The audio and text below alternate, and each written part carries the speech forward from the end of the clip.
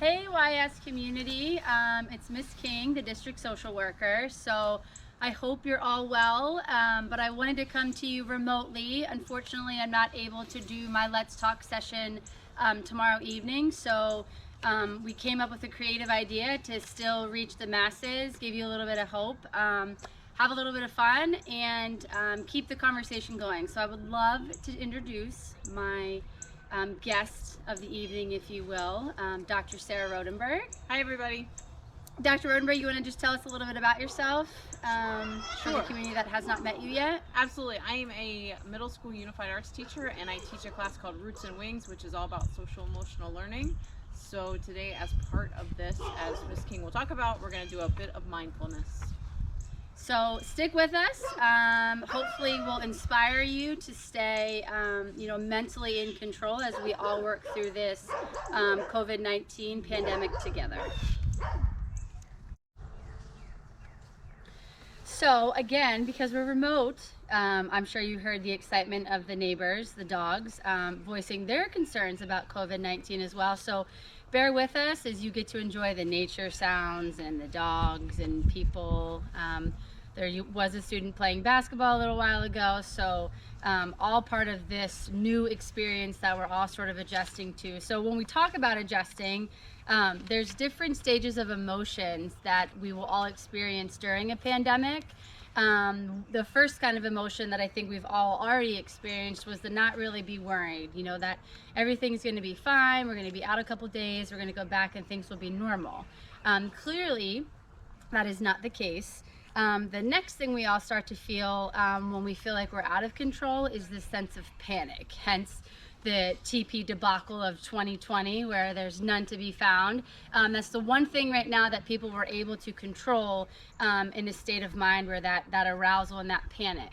I think we've kind of sort of subsided a little bit from that panic, and now we're getting into the stage of stability where we feel calm, we're okay, we have what we need, we have the rations, we're able to get through. And then we kick into high gear of that isolation. I know for myself, that's the stage that I'm really struggling with right now, not being able to really go anywhere, see friends, see family, the school community, the students that I work with. And for me, that's the most concerning stage. So if you're with me and you're kind of in that isolated state, you might be feeling some anger, some annoyance, some frustration, that just extra irritability, and you're not sure where it's coming from. It's really important in this stage to keep yourself in check, and to also, kind of mirror for your children, your family, how to keep oneself in control. And just to kind of prepare you for one of the more final stages that we might start to experience as we're moving through the next couple weeks is that grief and loss. Where you're going to start to feel down, you're going to start to feel low, a little bit sad. Again, we are isolated from the people that we love, the people that we care about, our jobs, the things that make us feel who we are. So I wanted to just, be mindful and help prepare you as you get to that stage to help, kind of keep those emotions and help keep you in check. So I know I just went through a little bit on, emotions and how you can kind of regulate those, but Dr. Rodenburgh is going to join you and go through a little bit of an exercise on how to improve your mindfulness and really be mindful in this current moment.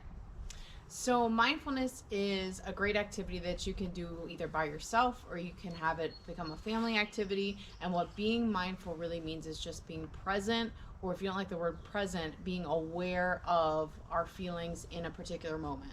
So the activity that we're going to work through just involves us focusing on our breath. And as we're focusing on our breath, we're going to try and really relax our body from head to toe, given, again, a lot of the stress, the anxiety, even the isolation that we might be feeling. In all the stress and chaos, let's take a minute to try and take some deep breaths and just focus on our breath and the beauty that's around us. So what I'd like you to do for this first trial of mindfulness is I just want you to find a comfortable position to sit in with your legs either feet grounded on the floor, or you could do crisscross applesauce, and then place your hands comfortably in your lap, whatever position is comfortable. Some people fold their hands, some just place them on their lap. So whatever's comfortable for you with your hands. Then to open up your lungs, go ahead and roll your shoulders back to make sure your lungs are nice and open to take comfortable breaths. At this point, if you're comfortable, you can go ahead and close your eyes, or you can actually look down and focus on a spot below you. You can focus on a spot on the wall. So again, whatever you're comfortable doing. If you're comfortable closing your eyes, that's going to help you stay the most focused. So what I'd like you to start doing is focus on taking natural breaths. If possible, take those breaths in through your nose and exhale through your nose as well. All right, so we're gonna focus on taking our natural breaths in and out through our nose if possible. So just take a few of those natural breaths again if you're comfortable with your eyes closed.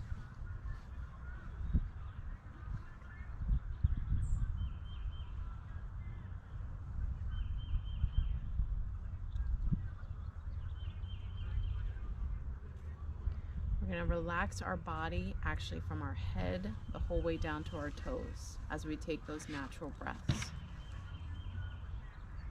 So start by releasing the tension that's in your face. Unclench your jaw. Loosen your neck.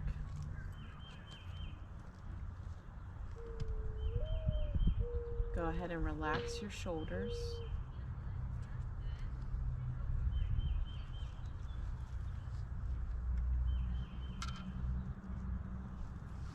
Let your belly and your back soften.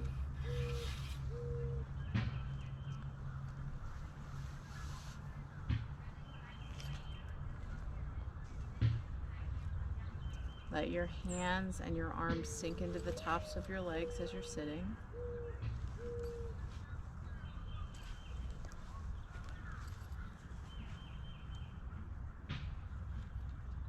Allow the stress, the tension, the anxiety to leave your body from your hamstrings down to your calf muscles and out the bottom of your feet.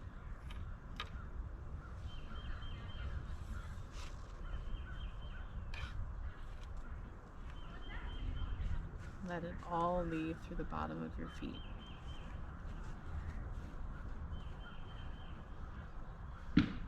Continue to take those natural breaths.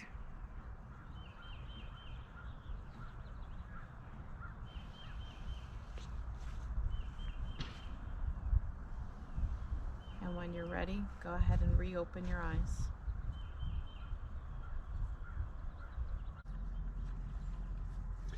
All right, so we would like to introduce one more special guest for our remote Let's Talk for today. So let's welcome a student in York Suburban, Miss Heidi. Come on in, Heidi. How you doing? Good. Well, thanks for joining us for my Let's Talk session. You want to tell us a little bit about what you're doing during the day since you've been stuck at home and not able to go to school?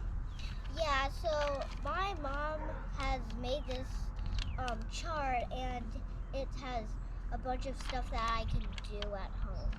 Okay, and on that chart, your schedule, it looks like it's pretty similar to your school day. What are some things that you really enjoy doing during the day?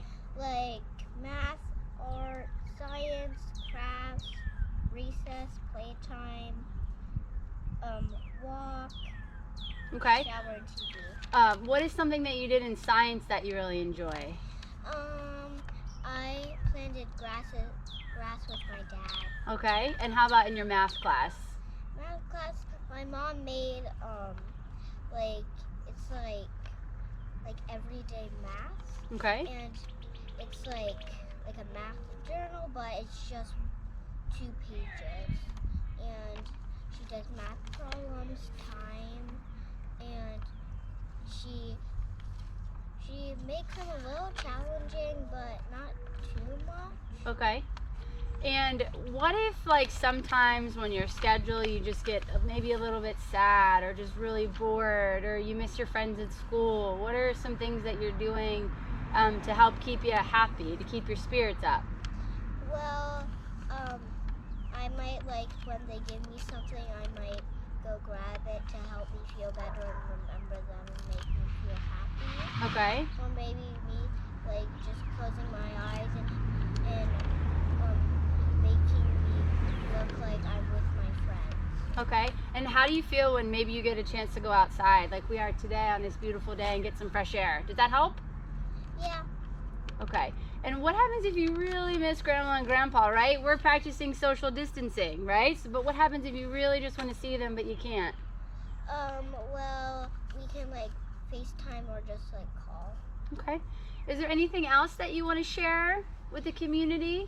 Yes, that if your parents cannot help you, you can give yourself some math problems to challenge you, like in the 100s, 300s, or even higher. Or you can practice your time. Okay. Thanks for joining us, Heidi. It's been a pleasure, and I'm sure you'll be able to help, lots of students have positive days and be happy when they can't be at school. Thank you so much for joining us. We just wanted to leave you with a couple final thoughts to think about. You were able to hear some different things about how your emotions are affected by this pandemic. You got to hear from one of our own students about how this is affecting her everyday life, as well as some techniques from Dr. Rodenburgh on how to be more mindful. So we're going to leave you with a couple last thoughts. So Dr. Rodenburgh, do you have any final thoughts? Sure.